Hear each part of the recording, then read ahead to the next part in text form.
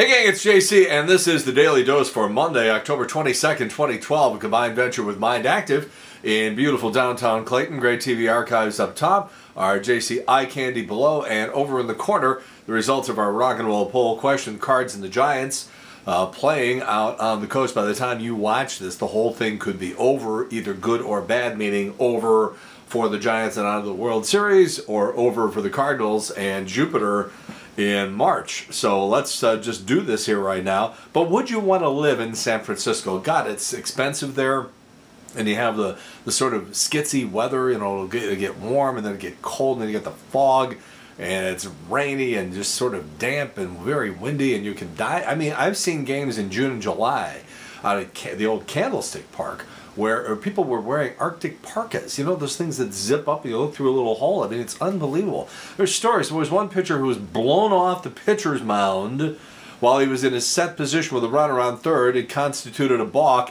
The guy came home, and they ended up losing the game on that. So, sort of a weird place to want to live, climatologically speaking, and also socially and everything like that. Anyhow, number one answer, 29%. Maybe if I won the lottery, it's expensive to live there, but also culturally stimulating. Also, tied for first place with 29%. No, the weather is too weird, and the cold and the fog, and it's expensive, and forget it. Number three answer, what? And leave beautiful St. Louis? 12% said too many freaks and weirdos, and 12% said absolutely, it's absolutely beautiful. All right, we have the election coming up in 2 weeks. Do you think it's petty to drop a Facebook friend for posting political material or opinions that you disagree with? I'm facing this right now with a couple of people. You know, I don't want to get on Facebook, and the first thing I do is there's some guy going on and on. Now, I'm not some sort of cream puff who can't tolerate somebody else's political views. That's not the point, especially if the stuff is funny or clever. So I don't really care who they're taking a pop at if it's funny and if it's clever. But these ones that start off with, can you believe this? Or God, give me a break.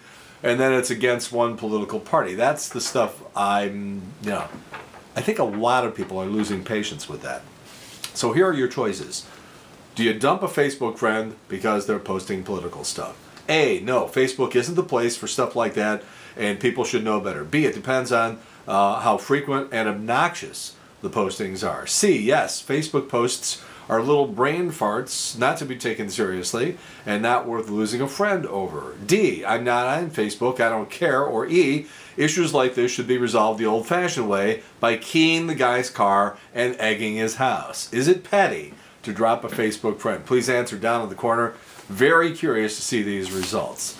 All right, the Cardinals. They spent a lot of time yammering with people on Facebook last night, on Sunday night, people who were arguing that Chris Carpenter didn't have good stuff. Chris Carpenter had sensational stuff, but he was getting behind hitters, and they knew that if he was behind 2-0, 3-0, he had to come in with a fastball because you got to get a strike. They were waiting on the fastball. Almost all of those big hits that the Giants got on Sunday night were on fastballs when Chris Carpenter was behind in the count.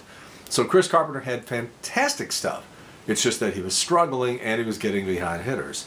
But, you know, like I said, by the time you see this, it could all be over. All of that could be moot. Let's move on, as they say, to something else. If the Cardinals advance, you will have the two most dangerous cities in America in the World Series. Forbes magazine released its annual list of the most dangerous cities, and Detroit number 1, St. Louis number 2. Of course, there's lots of people arguing that if you took into consideration certain counties, that wouldn't be in the top 10 and all that, but I don't know. I think we should capitalize on it. Make up T-shirts, sell them at the airport that said, I survived a weekend in America's second most dangerous city. I don't care. By the way, back to baseball for a minute. Down on Friday in Arnold on Friday, a guy robs a bank, hands the teller a note demanding money. She gave him an undisclosed amount, and he walked out, and on the way out of the bank, he yelled, "Go Cards." That's when you know Redbird fever. According to a new survey, 1 in 3 women in their mid-20s still lives with their parents.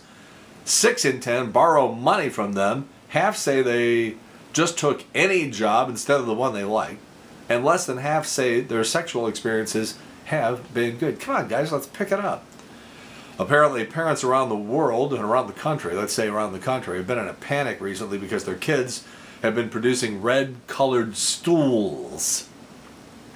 And their parents assumed the kids were pooping blood. Well, it turns out it's actually just a side effect from eating Flamin' Hot Cheetos. Everybody relax. Mom and Dad, it's okay. New York Times did a study on Google searches related to the election, and they found some really ridiculous stuff. A few highlights. 5,000 people a month search for Mitt Romney's underwear. People are 9 times more likely to Google Paul Ryan shirtless than Paul Ryan budget. And people Google Michelle Obama ugly 3 times more than Michelle Obama beautiful. In 1930, a farmer in northeastern Tennessee found a 33-pound rock in his cow pasture and decided to use it as a doorstop.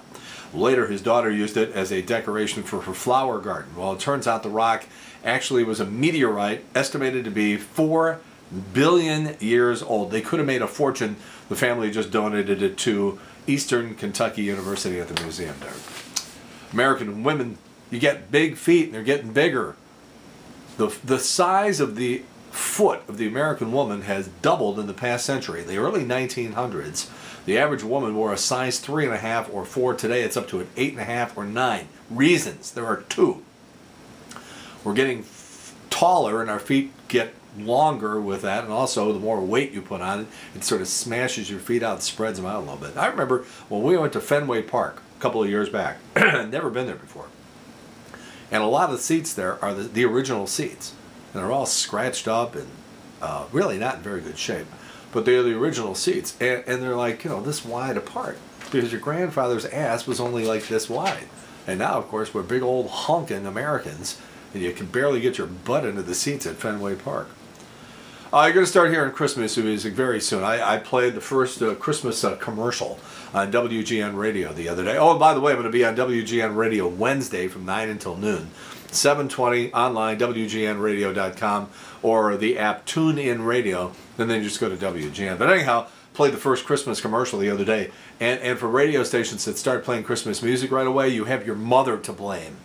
Because here's the deal. A new survey found 77% of mothers love Christmas music all day, every day, wherever they go, and they don't care how early it starts. It's your mom.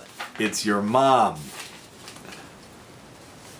Back to baseball. Did you see those 2 bat boys at Busch Stadium the other night almost get killed when one of those damn maple bats snapped off in the guy's hand and went right, almost hit the owner's box, almost hit the DeWitts. I'm telling you, somebody is going to get killed because these new maple bats that the ball players have been using the last couple of years, because they're lighter and they just sort of like the way they feel, but they break, when they break off at the handle instead of the way the old bats broke. And they snap off and they go helicoptering into the crowd usually, and almost killed 2 bat boys, almost went into the owner's box.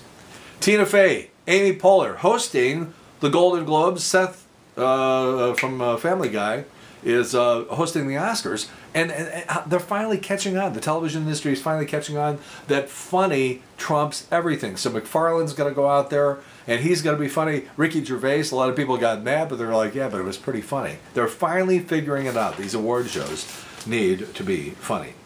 And a new study says that the people who pirate the most music also buy the most music. Their holiday dinner is costing more, 15%. Price of turkey, pie crust, stuffing, and apples are all up. Did you know that black Apple products are more popular than white ones? And now you know. A woman in Florida was arrested for calling 911 6 times to thank the sheriff for the bologna sandwiches they served her while she was in jail. And a 9-year-old girl in Philadelphia was accidentally shot in the shoulder with a shotgun by a relative who mistook her for a skunk in her black and white Halloween costume. Okay, so it's pretty much consensus that Greg Zuerlein of your St. Louis Rams is going to end up breaking the all-time NFL place-kicking field goal record set by Tom Dempsey back in 1970. That was 63 yards. Well, over the weekend, a guy up in Washington State, a high school kid, hits one longer than that. And by the way, there's an interesting story in Deadspin.com about why NFL place kickers can't kick as far as high school and college students. And we got that in there. Anyhow, that's JC's eye candy. You can see the video of this kid kicking this massive, ridiculous field goal. Anyhow, that's JC's eye candy. All right, rock and roll poll. Is it petty to defriend someone on Facebook because they're driving you nuts with their political posts? Please answer down in the corner. Go Cards. And if you're watching this after the game, I hope the Cardinals not only, well, did they go or did they win? Did they go or did they win? Anyhow, that's JC's rock and roll poll and all that, and that is your daily dose for Monday, October 22nd, 2012, a combined venture with Mind Active in beautiful downtown Clayton. And in the meantime, we've beaten this one to death. Have a good one. See you later. Bye.